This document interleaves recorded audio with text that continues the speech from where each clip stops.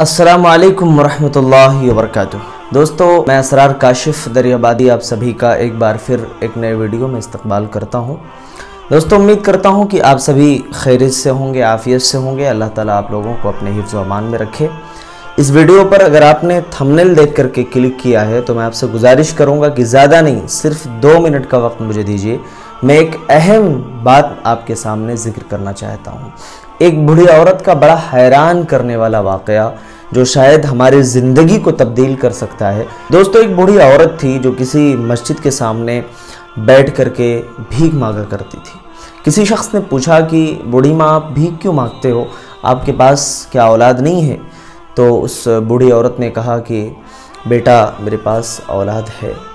उस शख्स ने बहुत ही ताज्जुब भरे लहजे में पूछा कि माँ, क्या वो कमाने के लायक नहीं है? बूढ़ी औरत ने कहा कि हाँ, वो बैरून मुल्क गया हुआ है, कमाने के लायक है। कहा कि फिर क्यों भीख मांग रही हो?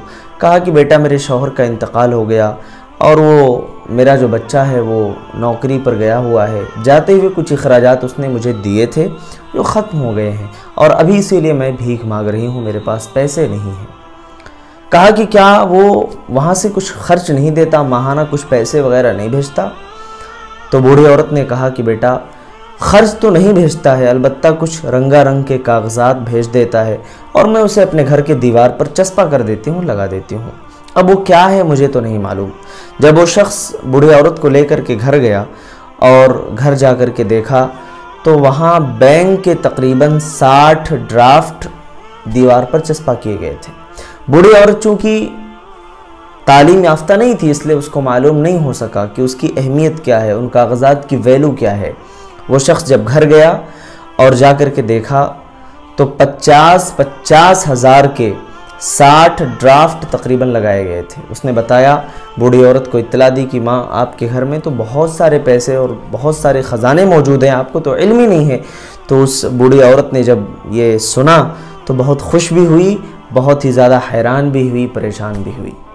दोस्तों, इस वाक़े से हमने क्या सबक सीखा कि हमारी भी मिसाल उसी बूढ़ी औरत की तरह है कि हमारे घर में कुरान मौजूद है, हमारे घर में अल्लाह का ख़जाना मौजूद है कुरान की शक्ल में। अपने घर के सेल्फ में हम उसे रख रहे हैं, उसे हम अपने माथे से लगा रहे हैं, उसे चूम रहे हैं, लेकिन उसकी कोई अहमियत हमें नहीं मालूम है।